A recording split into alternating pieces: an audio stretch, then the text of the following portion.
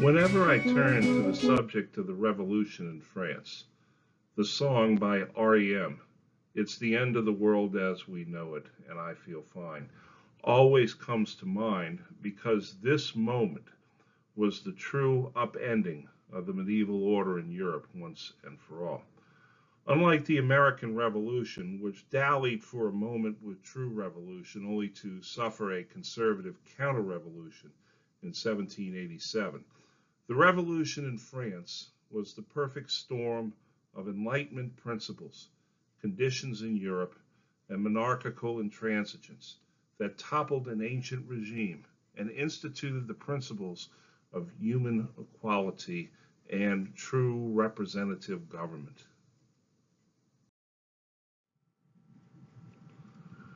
But in order to understand the conditions in Europe at the time, one should understand the two principal players in this tableau, and those are the kings of England on the left and France on the right.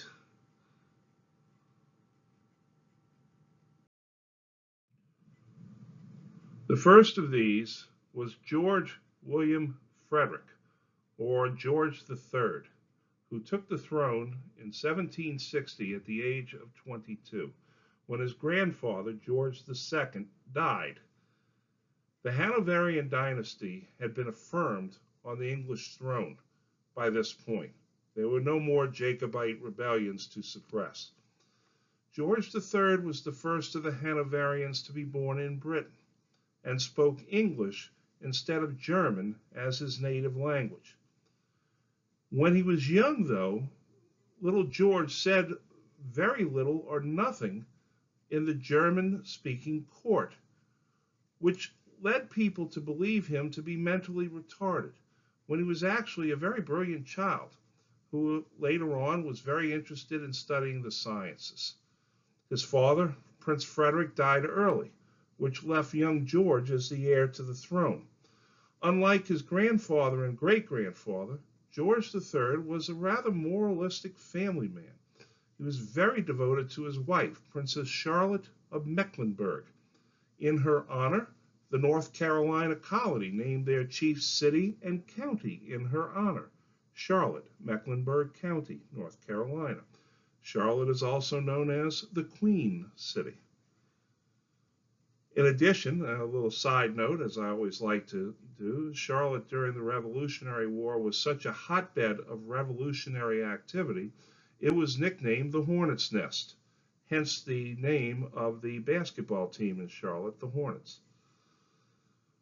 Unlike his predecessors, George III ruled as a British monarch first and a Prince Elector of Hanover second, and his accession to the throne marked a shift from Whig to Tory policies.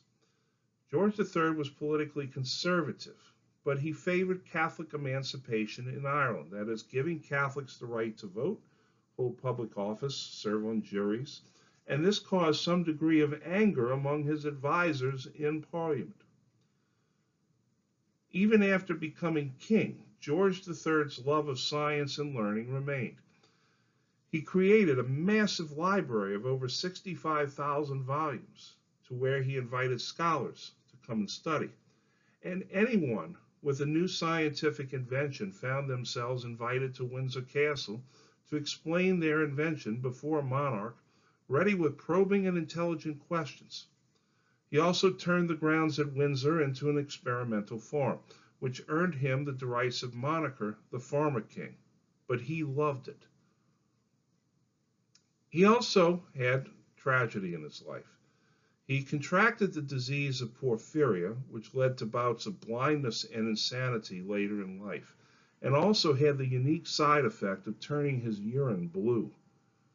Once again, the constant inbreeding took its toll on the royal families.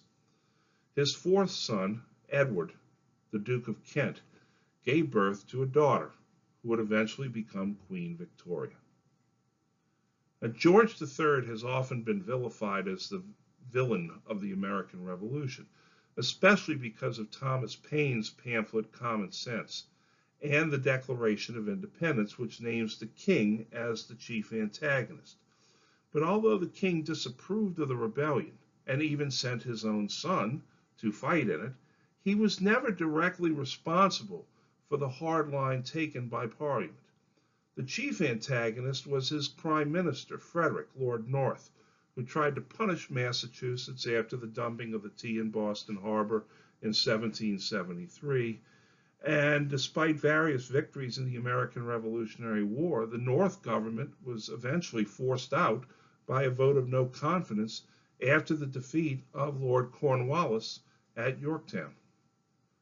Despite all this, George himself remained rather well regarded, especially by the loyalists in the colonies and by the people in England itself.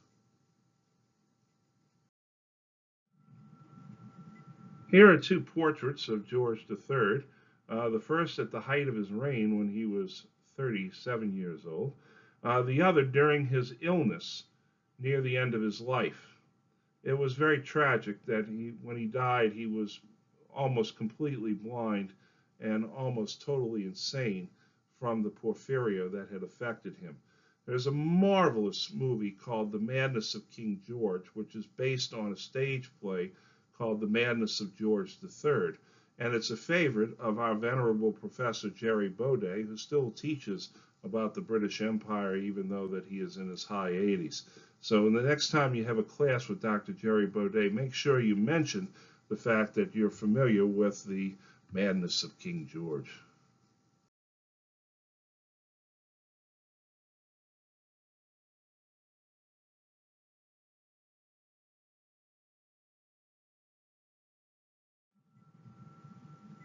Across the Straits of Dover was another king, Louis le Dernier, or Louis the Ordinary. Louis XVI was king of France and Navarre from 1774 until 1792, and he was the last king of France before the Revolution. Louis was the grandson of Louis XV and the great-great-great-grandson of Louis XIV. As a young man, he was intelligent and capable also, but he was believed to be thoughtless because of his demeanor, which was sort of a devil-may-care demeanor. When he became king, many thought that he would be a pathfinder, a pioneer in a lot of ways. He attempted to liberalize France along Enlightenment ideals early in his reign, but he was opposed and thwarted by the nobles that became even more conservative and more reactionary. And unfortunately for Louis, the middle classes and the lower classes viewed Louis as the problem rather than the nobles. Louis made two huge mistakes during his reign. The first was when he loaned the United States $1 million to prosecute their war against the British. This led to a financial crisis. The second was after the revolution had gotten some steam, Louis tried to escape with his family and tried to seek foreign intervention during the revolution, which made many of the revolutionaries see him as an enemy of France. Now, Louis's unpopularity at the time of the revolution was in large part due to his unfortunate wife, Marie Antoinette. She was the youngest daughter of Maria Theresa. She was married to Louis at age 15 in what was essentially a political treaty rather than an actual marriage, but it over time turned into a marriage. Early on, though, she was dominated and spied on by her mother. She was virtually ignored by Louis. She was hated by the French people because the French and Austrians don't like each other. She was lonely and depressed. She engaged in lavish spending and held balls that only made her less popular in the eyes of the people.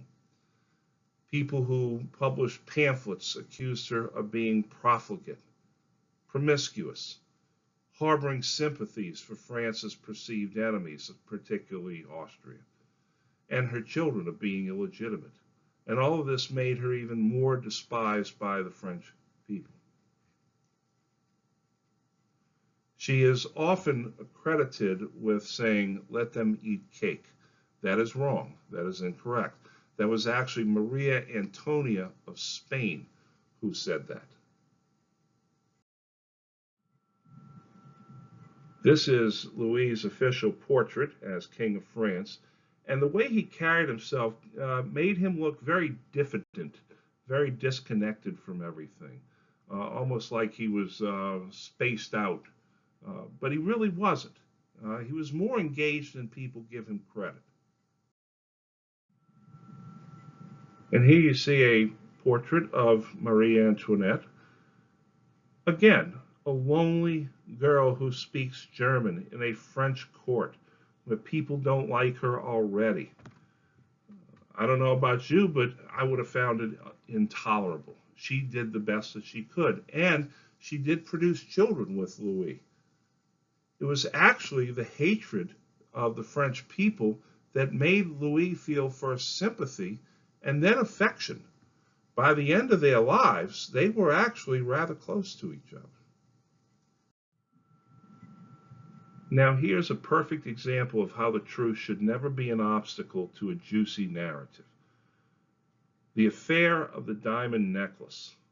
This diamond necklace that you see here was commissioned by Louis XV, the previous king, for one of his mistresses.